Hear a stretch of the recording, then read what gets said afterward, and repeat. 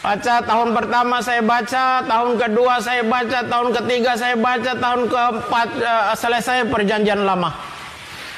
Nah lalu tahun berikutnya saya baca perjanjian baru. Di dalam kitab Matius saya baca Matius.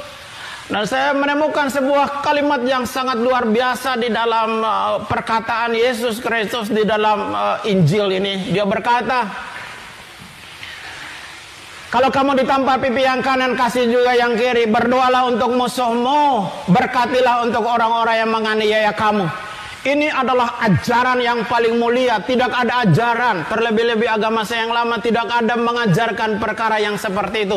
Tapi begitu saya baca Bible, saya menemukan ajaran yang sangat-sangat mulia. Tidak ada seperti itu.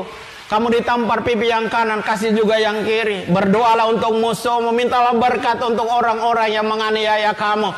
Itu semua ada di dalam Bible dan itu perkataan Yesus Kristus. Saya terus membacanya.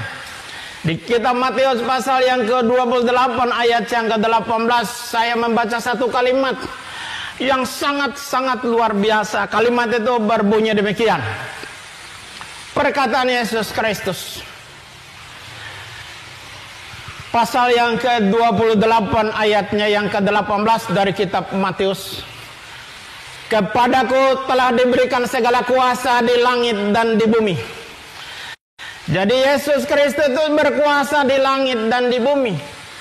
Saya kembali buka, saya punya kitab Al-Quran dan saya membuka di dalam surat 3 Ali Imran ayat yang ke-45. Allah Subhanahu wa Ta'ala berfirman kepada hambanya Nabi Muhammad.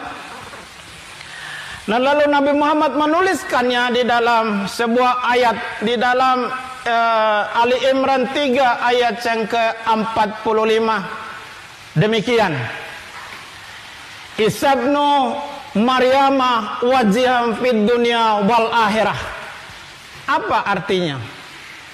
Sesungguhnya Isa anak Maryam atau Yesus Kristus putra Maryam, dialah yang terbesar di dunia dan di akhirat.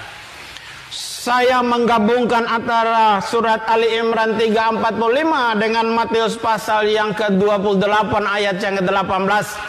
Matching, cocok.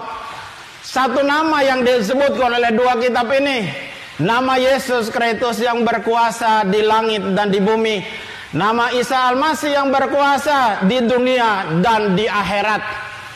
Al-Quran menceritakan bahwa bukan Nabi Adam yang terbesar di dunia dan akhirat. Bukan Nabi Ibrahim, bukan Nabi Daud, bukan Nabi Sulaiman, bukan Nabi Musa, bukan Nabi Zakaria, bukan Nabi Nuh, bukan Nabi Ayub, bukan nabi-nabi yang lain. Tetapi Al-Quran menceritakan bahwa yang terbesar di dunia dan di akhirat adalah Isa putra Maryam, atau di dalam Bible Yesus Kristus anak Maryam.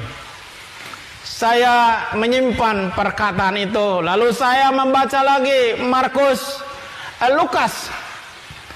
Saya ketemu dengan Injil Yohanes pasal yang pertama ayat yang pertama berbunyi demikian.